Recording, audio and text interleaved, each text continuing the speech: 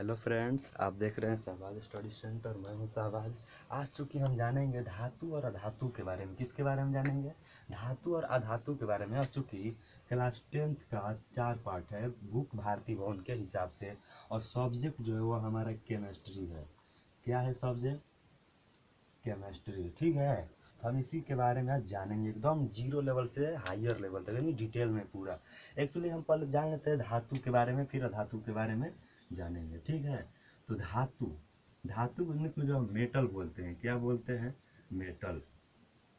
तो आवर्त सारणी में धातु और धातु उपधातु के बारे में अध्ययन करने को मिलता है। ठीक है, तो हम यहाँ पे धातु के बारे में अध्ययन कर रहे हैं। तो एक्चुअली धातु होता क्या है, हम इसी को जान लेते हैं पहले। अगर आप बोलिएगा कि धातु की परिभाषा जरा बता दो, तो मेरे हिसाब से या फिर किसी के हिसाब से मैं बता दूं कि धातु को जो एक्चुअली एग्जैक्टली जो होता है मेन पॉइंट के हिसाब से कोई परिभाषा नहीं होता। क्या होता है? कोई परिभाषा नहीं होता, मगर इसके गुण के आधार पर परिभाषा बनाया गया है। किसके आधार पे? गुण के आधार पर परिभाषा बनाया गया है। तो धातु क्या होता है? धातु वह होता है जिसे पीटने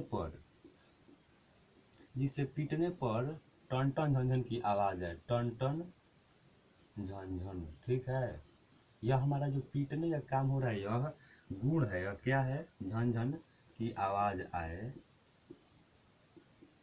आवाज आए, एवं विद्युत का सुचालक हो। क्या हो वह? विद्युत का सुचालक हो। विद्युत का सुचालक। ठीक है, यह हमारा क्या हो? विद्युत का सुचालक हो एवं ऊष्मा का चालक हो, तो उसे हम धातु कहते हैं। एक्चुअली एग्जैक्टली इसकी परिभाषा नहीं है, यह इसके गुण के आधार पर जो है इसकी परिभाषा दी गई है। तो धातु के गुण लिख लेते हैं, यानी धातु के गुण। ठीक है, यहाँ मान लेते हैं इसको हम चाहते तो ऐसे लाइन बाई लाइन लिख सकते हैं, मगर मैं चाहता हूँ कि आप कुछ अलग डिजाइन से समझे, ताकि बस केवल आपको थोड़ा सा मतलब मैं यहाँ पे कुछ बताऊंगा, अगर आप उसको ध्यान से देख लीजिएगा तो आपको पूरा का पूरा ये याद हो जाएगा, आपको रटने की जरूरत नहीं पड़ेगा। मान लीजिए हमारा एक धातु है। क्या है? एक धातु है जिसका नाम ले रहे हैं हम सोडियम। सोडियम की परमाणु संख्या 11 होती है। ठीक है, यह हमारा धातु है। क्या है? इसका नाम है सोडियम। ठीक है, तो सोडियम एक धातु है। ठीक, अगर हम इसको पीटेंगे, क्या करेंगे? हम इसको पीटेंगे, इसको हम पीटेंगे तो हमारा क्या होगा? आवाज आएगी। ये मान लीजिए हमारा हथौड़ा है, ये हमारा हाथ है। ठीक है, इस प्रकार हम पकड़ के ऐसे जब इसको पीटेंगे इस पर, इस धातु पे पीटेंगे, तो हमको क्या सुनाई देता है? किसी भी पर धातु पर लोहा से फिर किसी चीज से पीटिएगा तो उस पर आवाज आती है। क्या आती है? टन टन झन झन की आवाज आती है। क्या आती है? टन टन झन झन की आवाज आती है। ठीक है, इतना ही लिख दे रहे हैं। टन टन झन झन की आवाज आती है, जिसे आप धात्विक ध्वनि भी कहते हैं। क्या बोलते हैं? कभी कभी दे देता है धात्विक ध्वनि। क्या होता है? तो धातु के पीटने से, यानी धातु पर धातु से पीटने से जो आवाज निकलती है, उसी आवाज को ही हम क्या बोलते हैं? धात्विक ध्वनि बोलते हैं। क्या बोलते हैं भाई? धात्विक ध्वनि। ठीक है, धात्विक ध्वनि। अब चलते हैं आगे।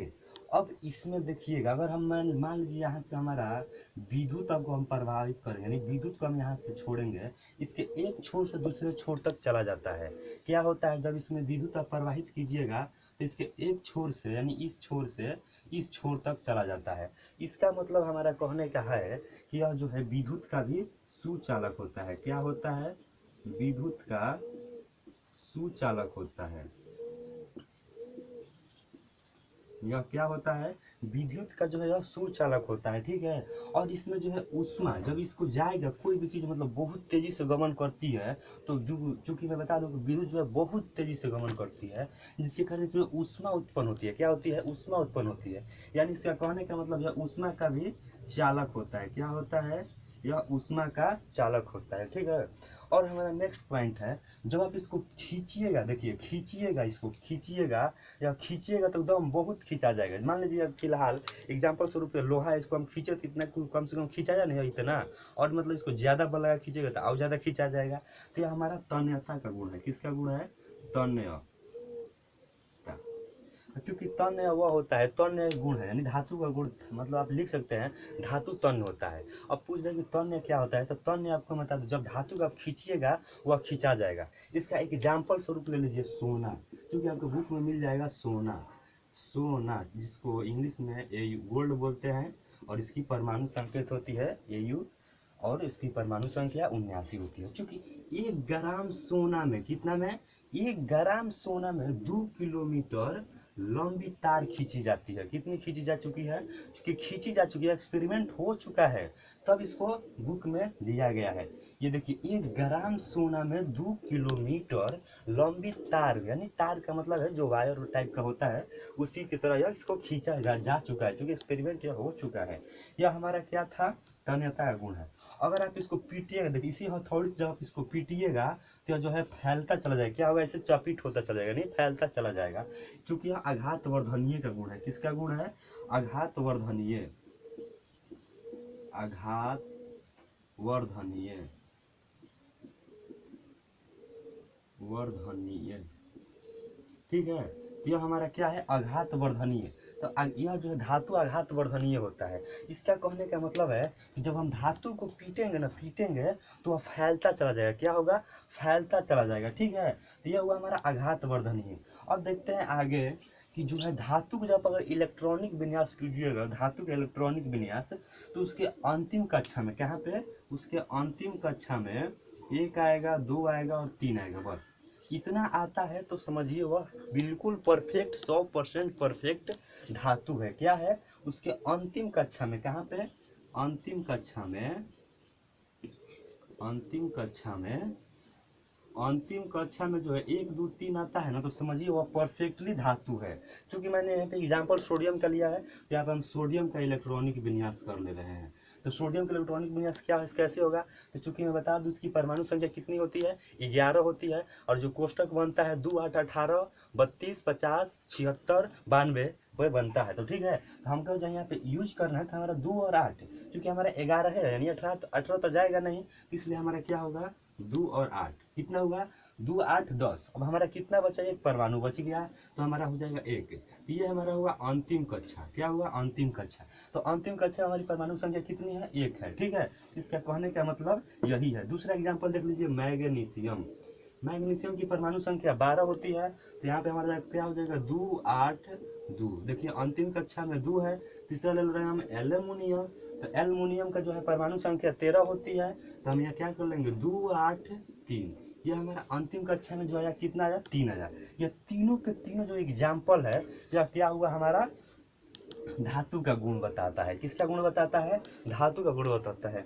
और यह चूंकि जो है, यह धातु जो है विद्युत का धनायन होता है। क्या होता है, धातु जो है विद्युत का धनायन, कहने का मतलब है ये जो धातु है, यह धातु ये अपने एगो इलेक्ट्रॉन को, इलेक्ट्रॉन होता है, इसको त्याग देता है, क्या कर देता है, दे देता है, और देकर अपना एकदम स्वतंत्र हो जाता है। चूंकि एगो है तो इसको टेंशन रहता है कि हम इसको इसका क्या करें, एगो हाईवे किया है, इसको दे देता है, क्या करता है, देकर धनायन बन जाता है, ठीक है। तो यहाँ पे देखिए हम इसको जब धातु को पढ़ेंगे तो वहाँ पे हम इसको क्लियर कर देंगे, ठीक है। तो ये हुआ हमारा इस प्रकार। अब चलते हैं अधातु के बारे में।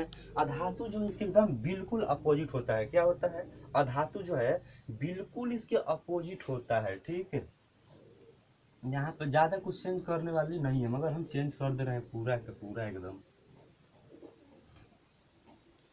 अधातु, अधातु को जो है इंग्लिश में नॉन मेटल बोलते हैं। क्या बोलते हैं, नॉन मेटल, नॉन मेटल अधातु।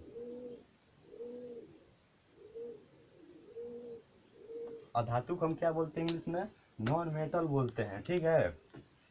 यहाँ पे हम अधातु के गुण लिख लेंगे, क्योंकि अधातु को भी आपने परिभाषा पढ़ा होगा, अगर आपने नहीं पढ़ा है तो जान लीजिए। क्योंकि इसका भी वही फंडा है, इसकी कोई परिभाषा नहीं होती, परंतु इसके गुण के आधार पर परिभाषा दे दी गई है। क्या कर दी गई है, दे दी गई है, ठीक है। तो यहाँ पे हम क्या कर लेंगे, इसका गुण होता है कि यह जो है पीटने पर टन टन झंझन की आवाज़ नहीं आती है। क्या होती है, इसे पीटने पर टन टन झंझन की आवाज़ नहीं आती है। इसे पीटने पर, लिख ले रहे हैं, इसे पीटने पर टन टन झंझन की आवाज़ नहीं आती है, टन टन झंझन टन झन की आवाज नहीं आती है, आवाज जो है नहीं आती है, क्या होती है, नहीं आती है। क्योंकि धातु में आती थी मगर यहाँ पे नहीं आती है। मान लीजिए धातु हमारा सल्फर है, क्या है, सल्फर है। सल्फर चूंकि यह जो है एक कठोर धातु है, इसको लेना थोड़ा संभव नहीं है। मान लीजिए हमारा नाइट्रोजन है, क्या है, नाइट्रोजन है, ठीक है। तो नाइट्रोजन क्या, मान लीजिए ना हमारा ये फिलहाल स्वरूप हमारा ये मार्कर है, मार्कर हमारा क्या होता है, यह धातु है। क्योंकि इसको आप पीटिएगा, इस पर ऐसे पीटिएगा, इस पर टन की आवाज नहीं आएगा, आएगा आवाज तो आएगा मगर यहाँ पे आवाज जो आएगा वह दूसरा आएगा। मान लीजिए हमारा मार्कर है, क्या है, ये हमारा मार्कर है, ठीक है। ये हमारा मार्कर है कुछ समय के लिए, फिलहाल मान लीजिए हमारा मार्कर है। इस पर हम अगर पीटेंगे कुछ भी चीज से, मान लीजिए हमारा हथौड़े मान लीजिए ना, इससे हम पीटेंगे अगर, ये क्या आवाज नहीं करेगा, या आवाज करेगा, ऐसा बात नहीं है, आवाज तो आएगी मगर जो आवाज धातु से एकदम टन टन झंझन वाली आवाज आती है वो आवाज नहीं आएगी, ठीक है। और इसको जब पीटिए, देखिए यहाँ पे देखिए हम इसको काट देंगे, टन टन झंझन की आवाज नहीं आती है, क्या होती है भाई, इसमें टन टन झंझन की आवाज नहीं आती है। जब इसको पीटिएगा तो क्या इसमें विशेष प्रकार की ध्वनि निकलती है, जिसको धात्विक ध्वनि नहीं होती है, यानी इसमें धात्विक ध्वनि होती है मगर जैसा होना चाहिए वैसा नहीं होता है, ठीक है। तो इसको मिटा देंगे। अब हमारा नेक्स्ट जो है, इसमें अगर विद्युत प्रवाहित कीजिएगा, विद्युत, तो इसके एक छोर से दूसरे छोर तक नहीं जाएगा, लगभग सभी धातु जो है नहीं जाएंगे मगर कुछ कुछ अपवाद में हो जाते हैं, ठीक है। तो यहाँ पर हम देखते हैं नेक्स्ट है हमारा, यह विद्युत का सुचालक नहीं होता है, क्या होता है, अधातु जो है विद्युत का सुचालक नहीं होता है। और इसमें देखिए ऊष्मा की बात हो रही है, जब विद्युत प्रवाहित हो ही नहीं रहा है तो ऊष्मा इसमें कहाँ से आएगा, तो ये भी नहीं होता है, ऊष्मा भी इसमें जो है नहीं होता है। यह आघात वर्धनीय होता है, आघात वर्धनीय कहने का मतलब इसको हम पीट के एकदम चपीटा कर सकते हैं, नहीं चौड़ा कर सकते हैं, ये संभव नहीं है, यह आघात वर्धनीय भी नहीं होता है, ठीक है। अब देखते हैं हमारा नेक्स्ट है तन्यता। तन्यता का मतलब इसको खींच सकते हैं, ज्यादा दूर तक खींच सकते हैं, संभव नहीं है, तुरंत टूट जाएगी, क्या हो जाएगी, टूट जाएगी। तो इसमें तन्यता नहीं होती है। अब इसका देखिए इलेक्ट्रॉनिक्स विन्यास जो कीजिएगा तो इसके अंतिम कक्षा में आएगा 5 6 7, कितना आएगा, इसके अंतिम कक्षा में जो है 6 7 5 6 7 आएगा। जैसे मान लीजिए नाइट्रोजन, ऑक्सीजन, देखते हैं नाइट्रोजन, तो नाइट्रोजन की परमाणु संख्या कितनी होती है, 7 होती है, कितनी होती है, 7। तो ये हमारा 2 तो हो गया, अब बचा कितना, 5 बच गया, कितना बच गया, 5 बच गया। अब हम देखते हैं ऑक्सीजन, ऑक्सीजन की परमाणु संख्या कितनी होती है, 8 होती है। यहाँ पे हमारा कितना बचा, 6 बच गया। ये चूंकि हुआ हमारा पूरा का पूरा जो है, ये हमारा धातु और अधातु खत्म हो गया। अगर आप चाहते हैं कि धातु और अधातु में अंतर भी जान ले तो इसी के आधार पर जो है एकदम सिंपल इतना ही परिभाषा है, इसी के आधार पर आप जो है इसका अंतर लिख सकते हैं। क्योंकि कुछ समय के लिए मैं बता दे रहा हूँ एकदम थोड़ी सी यानी शॉर्ट फॉर्म में आपको याद रखने के लिए धातु और धातु, और उसको आपको लिखना हो तो एकदम अच्छे से आप सजा के लिखिएगा, ठीक है। तो देख लेते हैं थोड़ा सा एकदम धातु और अधातु में अंतर, धातु एंड अधातु, ठीक है, अधातु। तो ये हमारा इसको पहले बीच में लाइन खींच लेते हैं, ठीक है, और इसको बीच में एक और डबल लाइनिंग कर लेते हैं, क्योंकि कॉपी में जब भी आप लिखिएगा बोर्ड एग्जाम में कॉपी में तो आपको डबल लाइनिंग करने के बाद ही लिखना चाहिए। क्योंकि जो है टीचर के ऊपर अपना इम्प्रेशन जमाना होता है, क्या होता है, टीचर के ऊपर अपना इम्प्रेशन कितना अच्छे से और कितना डिजाइन का मतलब है कि कितना मतलब एट्रैक्टिव करके बनाए कि हमारा जो है क्वेश्चन को देखते ही बस फुल में फुल मार्क्स मिल जाए, ठीक है। तो आपको इस प्रकार लिखना चाहिए, पहला नंबर दे के लिखेंगे, पहला और एक नंबर यहाँ भी दे देंगे। तो इसमें हमारा पहला गुण क्या था, गुण के आधार पे इसका अंतर भी होता है। तो यह टन टन झनझन की आवाज करता है, यह टन टन झनझन की आवाज करता है, झनझन की आवाज आती है, की आवाज आती है, ठीक है। तो इसके जस्ट अपोजिट हो जाएगा, क्या हो जाएगा, ये अधातु जो इसके जस्ट अपोजिट हो जाएगा कि यह इसमें जो है टन टन झनझन की आवाज नहीं आती है, क्या होती है, इसमें टन टन झनझन की आवाज, झनझन की आवाज नहीं आती है, ठीक है, की आवाज नहीं आती है। यह हुआ हमारा पहला। और इसी प्रकार से हम दूसरा ले लेंगे। देखिए मैं बता दूं आपको एग्जाम के थ्रू से कि जो है धातु और धातु अगर 2 नंबर में आए तो 3 अंतर, अगर 5 नंबर में आए तो 5 गो कंडीशन। ठीक है, इसमें हमारा दूसरा हो जाएगा, यह विद्युत का सुचालक होता है। क्या होता है? विद्युत का सुचालक होता है। ठीक है, इसमें मतलब विद्युत एक छोर से दूसरे छोर तक जा सकता है, परंतु दूसरा इसमें जो है दूसरा यह विद्युत का कुचालक होता है। क्या होता है? यह विद्युत का कुचालक कहने का मतलब है कि एक छोर से दूसरे छोर तक न जाए। विद्युत जो है एक छोर से दूसरे छोर तक न जाए, इसका मतलब यही होता है। ठीक है, तो यह हमारा हुआ कुचालक। तो चूंकि मैं बता दूं, अगर आप बोर्ड एग्जाम में लिखिएगा, चाहे कहीं भी टेस्ट में भी आपको लिखना होगा, तो इस एगो और एगो को लिखने के बाद एक लाइन जो होता है, एक लाइन उस स्पेस को छोड़ने के बाद दूसरा लाइन में जो है उसमें आप नंबरिंग डालिएगा, ना कि सटा के लिख दीजिएगा। सटा के लिखिएगा तो कोई बात नहीं, मगर थोड़ा इंप्रेशन जमाने वाली बात होगी तो वह थोड़ा कमजोर पड़ने लगेगी। क्या होगी? कमजोर पड़ने लगेगी। यह ऊष्मा का चालक होता है। क्या होता है? ऊष्मा का चालक होता है। और यह हमारा क्या है? तीसरा, यह भी ऊष्मा का चालक नहीं होता है। क्या होता है? ऊष्मा का चालक नहीं होता है। यह हमारा ऊष्मा का चालक नहीं होता है। ठीक है, एकदम ध्यान से देखिएगा, आपको यहीं पे पूरा का पूरा याद हो जाएगा। चौथा जो है, इसके इलेक्ट्रॉनिक विन्यास करने पर अंतिम कक्षा में, यहाँ पे अंतिम कक्षा में कितना आता है धातु के? आपने अभी देखा होगा, 1 आता है, 2 आता है और 3 आता है। बस इतना ही ना आता है, 1 और 2 3 आता है। और इसके अंतिम कक्षा में जो है, अंतिम कक्षा में कितना आता है? तो आपने देखा है, 5 आता है, 6 आता है, 7 आता है, बस इतना आता है। और ये हुआ हमारा, इसमें एक विशेष प्रकार की ध्वनि निकलती है। क्या होती है? इसमें एक विशेष प्रकार की ध्वनि निकलती है, जिसे हम क्या बोलते हैं? धात्विक ध्वनि बोलते हैं। और इसमें एक विशेष प्रकार की चमक भी आती है। क्या आती है? चमक भी आती है। इसमें विशेष प्रकार की चमक आती है। ठीक है, ये हमारा 5वां है। ये हमारा कितना है? 5वां है। इसमें विशेष प्रकार की चमक नहीं होती है। विशेष प्रकार की चमक नहीं होती है। क्या होती है?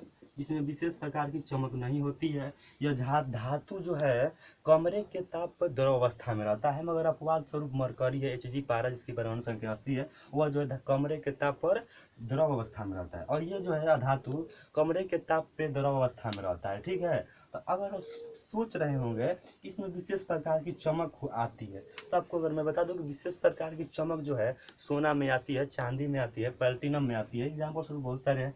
और इसमें जो है चमक नहीं आती है। मान लीजिए इसमें चमक थोड़े है, और अपवाद स्वरूप जो है नमक एक्चुअली वह काफ़ी जो उसमें चमक होती है, ध्यान में रखिएगा।